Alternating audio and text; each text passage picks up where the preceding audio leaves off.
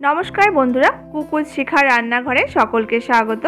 आज आमि चले एसेछि फुलकपिर आरो एकटा दुर्दान्त स्वादेर रेसिपि निये।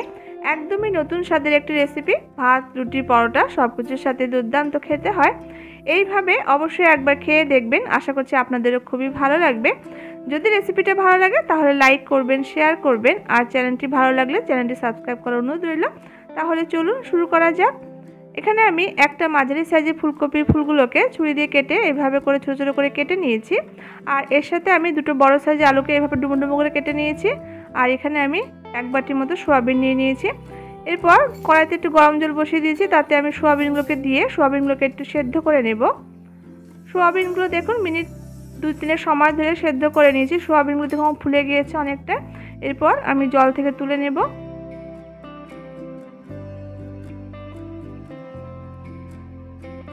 সয়াবিনগুলো সমস্ত আমি নামিয়ে নিয়েছি। এরপর আমি জলটা ফেলবো না, এই জলের মধ্যে আমি সামান্য একটু লবণ দিয়ে দিয়েছি। এবার এই জলের মধ্যে আমি ফুলকপিগুলোকে ছেড়ে দিয়ে একটু ভাপিয়ে নেব। এই লবণ জলের মধ্যে ফুলকপিগুলোকে একটু ভাপিয়ে নিলে ভালো হবে। এখন শীতের সময় ফুলকপির মধ্যে ছোট ছোট পোকা থাকে, এই লবণ জলে ভাপিয়ে নিলে সেই পোকাগুলো বেরিয়ে যাবে। আমরা অনেক সময় দেখতে পাই না ভিতরে থাকলে সেই পোকাগুলো, তাই এইভাবে একটু লবণ জলে ভাপিয়ে নিলে কিন্তু খুব ভালো হবে। ফুলকপিগুলোকে ভাপ দিয়ে নিয়েছি, এবার আমি নামিয়ে রাখছি। খুব বেশিক্ষণ কিন্তু ভাপাবো না, 2 থেকে 3 মিনিট একটু ভাপ দিয়ে নিলেই কিন্তু যথেষ্ট। এর থেকে বেশি হয়ে গেলে কিন্তু ফুলকপিগুলো সেদ্ধ হয়ে যাবে বেশি। আর দেখুন আমি সয়াবিনগুলোকে জল চিপে চিপে সয়াবিনগুলোকে সমস্ত নিয়ে নিয়েছি। এরপর আমি একটা মশলা তৈরি করে নেব। একটা মিক্সিং জার নিয়ে নিয়েছি, তাতে আমি একটা বড় সাইজের পেঁয়াজকে কেটে দিয়ে দিলাম। আর আমি এখানে 1 ইঞ্চি মতো আদাকে 2 টুকরো করে দিয়ে দিয়েছি। আর এখানে 6-7 কা রসুন দিয়ে দিলাম। আর একটা টমেটোকে আমি ফালি করে দিয়ে দিয়েছি। এরপর মশলাটার পেস্ট করে আমি রেখে দেব। এবার গ্যাসের উপর একটা কড়াইতে বেশ খানিকটা সরষের তেল দিয়ে তেলটাকে গরম করে নিয়েছি। এবার গরম তেলের মধ্যে সামান্য একটু হলুদ আর একটু সামান্য লবণ দিয়ে দিয়েছি। এরপর আমি ফুলকপিগুলোকে ছেড়ে দিয়ে ফুলকপিগুলোকে বেশ লাল লাল করে একটু ভেজে নেব। ফুলকপিগুলোকে রান্না করার আগে একটু যদি ভেজে নেওয়া হয় তাহলে কিন্তু খেতে ভালো হয়। ফুলকপিকে দেখুন বেশ লাল লাল করে আমি ভেজে নিয়েছি। এবার ফুলকপিগুলোকে নামিয়ে রাখবো। শীতের সময় আমরা এই ফুলকপি দিয়ে বিভিন্ন রকমের রান্না করে খেয়ে থাকি। আমার মতো করে অবশ্যই করে একবার এই সয়াবিন দিয়ে খেয়ে দেখবে, দুর্দান্ত খেতে হয়। এরপর ওই তেলের মধ্যে আমি এবার আলুগুলোকেও ছেড়ে দিয়ে আলুগুলোকে বেশ লাল লাল করে দেখুন ভেজে নিয়েছি। এবার এই আলুগুলোকে নামিয়ে রাখবো।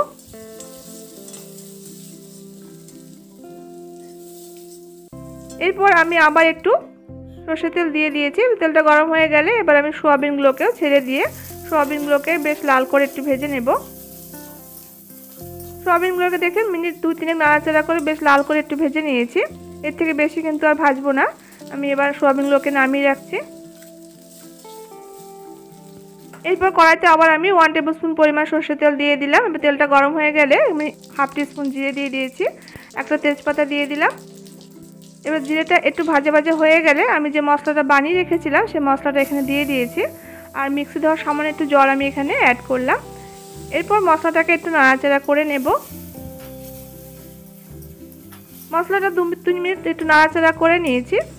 এবার আমি গুঁড়ো মশলাগুলো একে একে অ্যাড করে দেব। এখানে আমি 1/2 টিস্পুন হলুদের গুঁড়ো দিয়ে দিয়েছি, 1 টিস্পুন জিরে গুঁড়ো দিয়ে দিলাম, 1 টিস্পুন ধনে গুঁড়ো দিয়ে দিয়েছি। আর এখানে 1 টিস্পুন লাল লঙ্কার গুঁড়ো দিলাম। ঝালটা আপনারা যে যেমন খান সেই পরিমাণ মতো কিন্তু আপনারা লঙ্কার গুঁড়োর পরিমাণটা অ্যাড করবেন। আর 1 টিস্পুন আমি কাশ্মীরি লঙ্কা গুঁড়ো অ্যাড করেছি, তাহলে সুন্দর একটা কালার আসবে তরকারি। আর টেস্ট হিসাবে লবণটা এখানে দিয়ে দিলাম। এরপর মশলাগুলোকে নাড়াচাড়া করে খুব ভালো করে কষিয়ে নেব যতক্ষণ না পর্যন্ত মশলা থেকে তেল ছেড়ে আসে। মশলাটাকে দেখুন খুব ভালো করে নাড়াচাড়া করে কষিয়ে নিয়েছি, মশলা থেকে তেল ছাড়তে শুরু করেছে। এবার আমি এখানে ওই ভেজে রাখা আলু আর ফুলকপিটা দিয়ে দিলাম। এবার ফুলকপির বাটি ধোয়া সামান্য একটু জল আমি এখানে অ্যাড করেছি, তাহলে মশলার সঙ্গে আলু ফুলকপিটা কষাতে খুব ভালো হবে। এরপর মিনিট 3-4 সময় ধরে মিডিয়াম ফ্লেমে ফুলকপি আর আলুটাকে মশলার সঙ্গে খুব ভালো করে কষিয়ে নিতে হবে। ফুলকপি আর আলুটাকে বেশ 3 থেকে 4 মিনিট সময় ধরে ভালো করে কষিয়ে নিয়েছি। দেখুন তেল ছাড়তে শুরু করেছে চারদিক থেকে। এরপর আমি এখানে সয়াবিনগুলোকে দিয়ে দিলাম। এবার সয়াবিনগুলোকে দিয়ে মিনিট 2-3 সময় ধরে একটু কষিয়ে নেব ফুলকপির আলুর সাথে। সোয়াবিনটা আমি এই পর্যায়ে দিয়ে দিয়েছি, আর যদি আপনারা চান তাহলে পরেও কিন্তু অ্যাড করতে পারেন, কিন্তু এই পর্যায়ে দিয়েছি তাহলে মশলার সঙ্গে খুব ভালো করে কষানোটা হবে। সমস্ত মশলা সোয়াবিনের মধ্যে বেশ সুন্দর ঢুকে যাবে, খেতে ভালো লাগবে।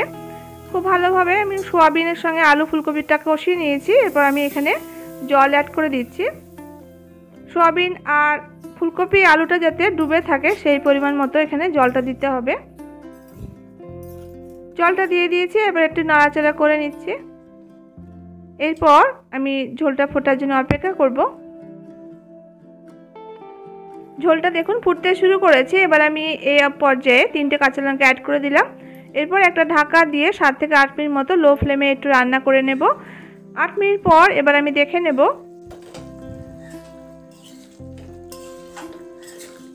দেখুন ঝোলটা অনেকটাই কমে গেছে। এবার আমি দেখে নিচ্ছি, দেখুন আলুগুলো খুব সুন্দর করে সেদ্ধ হয়ে গেছে।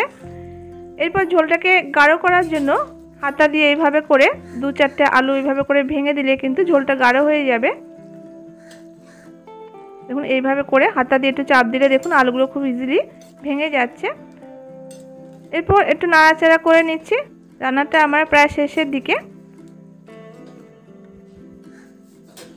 এরপর আমি এখানে নামানোর আগে 1 টিস্পুন পরিমাণ একটু গরম মশলার গুঁড়ো ছড়িয়ে দিলাম। এবার ফ্লেমটাকে আমি হাই করে দিয়েছি। এবার হাই ফ্লেমে মিনিট 3-4 সময় ধরে একটু ফুটিয়ে নিয়ে আমি নামিয়ে নেব। এবার আপনারা যে যেমন ঝোল রাখতে চান সেরকম মতো করে আপনারা নামিয়ে নেবেন। আর আপনারা যদি এটা রুটি দিয়ে খেতে চান তাহলে কিন্তু এটাকে আর একটু শুকিয়ে নিয়ে বেশ একটু মাখো মাখো করে নিতে হবে, গা মাখা, তাহলে খেতে ভালো লাগবে। এরপর দেখুন আমি একটু ধনেপাতা কুচিয়ে একটু ছড়িয়ে দিচ্ছি নামানোর আগে। ধনেপাতাটা কিন্তু অপশনাল, আপনারা চাইলে দিতে পারেন, তবে দিলে কিন্তু ভালো লাগবে। এরপর ধনেপাতাটা দিয়ে একটু নাড়াচাড়া করে নিচ্ছি। দেখুন ঝোলটা একদম গাঢ়ও না আবার পাতলাও না, আমি এই অবস্থায় কিন্তু নামিয়ে নেব। আর এইভাবে একটু ভাত দিয়ে খেতে ভালো লাগবে। রান্নাটা আমার হয়ে গেছে। দেখুন তরকারির কালারটা কতটা সুন্দর আর কতটা লোভনীয় হয়েছে দেখতে। আপনারা এভাবে সোয়াবিন দিয়ে ফুলকপির এই ডালনা রান্না করে ভাত, রুটি, পরোটার সাথে খেয়ে দেখুন, দুর্দান্ত খেতে লাগবে। আর আপনাদের কাছে কেমন লাগলো তা অবশ্যই কমেন্ট করে জানাবেন। আশা করছি রেসিপিটা আপনাদের কাছে খুব ভালো লেগেছে। যদি ভালো লেগে থাকে লাইক করবেন, শেয়ার করবেন আত্মীয়স্বজন বন্ধু-বান্ধবের সাথে। আর আপনি যদি নতুন বন্ধু হয়ে থাকেন, যদি ভালো লাগে চ্যানেলটি, তাহলে সাবস্ক্রাইব করার অনুরোধ রইল। দেখা হচ্ছে পরবর্তী রেসিপির সঙ্গে। ততক্ষণের জন্য সবাই খুব ভালো থাকবেন, সুস্থ থাকবেন।